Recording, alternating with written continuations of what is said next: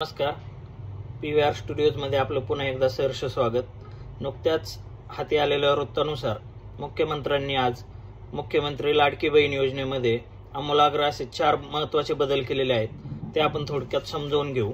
पहिली गोष्ट म्हणजे या योजनेसाठी जी 15 जुलैची शेवटची मुदत होती ऑनलाईन अर्ज करण्याची, ती मुदत 2 महिन्याची वाढवून मिळालेली आहे।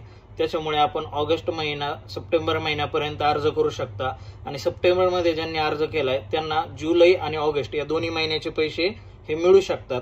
ते अशी पण तरतूद या नवीन घटनेमध्ये करण्यात आलेली आहे। त्याच्यानंतर महत्त्वाची अट होती की डोमासाइल किंवा महाराष्ट्र राज्याचं अधिवास प्रमाणपत्र। काही महिलांकडे जन्म दाखला पूर्वीचा उपलब्ध नव्हता, त्याच्यामुळे डोमासाइल काढता येत नव्हता, काहींना शाळेचा दाखला नव्हता।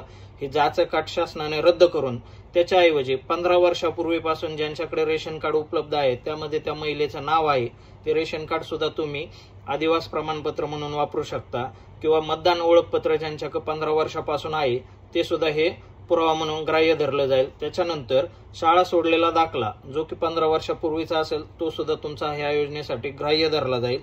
त्यानंतर जन्म दाखला, म्हणजे 4 पुरावे तुम्हाला आता महाराष्ट्राचे अधिवास प्रमाणपत्र म्हणून सादर करता येतील।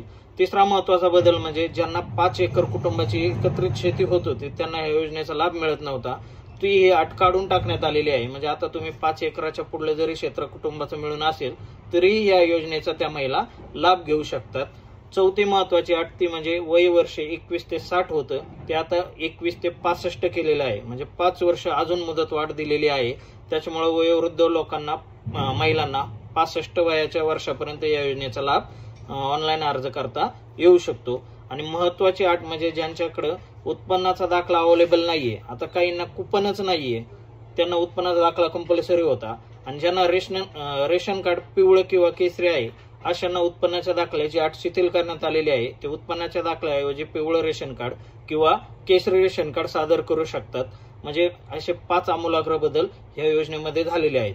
मित्रांनो, अशाच नवनवीन योजनांची माहिती घेण्यासाठी माझं YouTube चॅनल सबस्क्राईब करा, बेल आयकॉन प्रेस करा, जेणेकरून नवीन अपडेट मला तुमच्यापर्यंत लवकरात लवकर पोहोचवता येतील।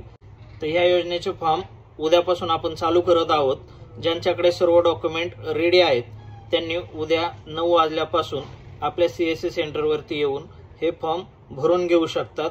2 महिन्यापर्यंत आपल्याला अवधी वाढवून मिळालेला आहे, त्यामुळे गडबड न करता अचूक फॉर्म भरून घेण्यासाठी आपण सर्व विविध नमुन्यातील कागदपत्रे घेऊन या आणि आपल्या फॉर्मची पोच लगेच घेऊन जावा।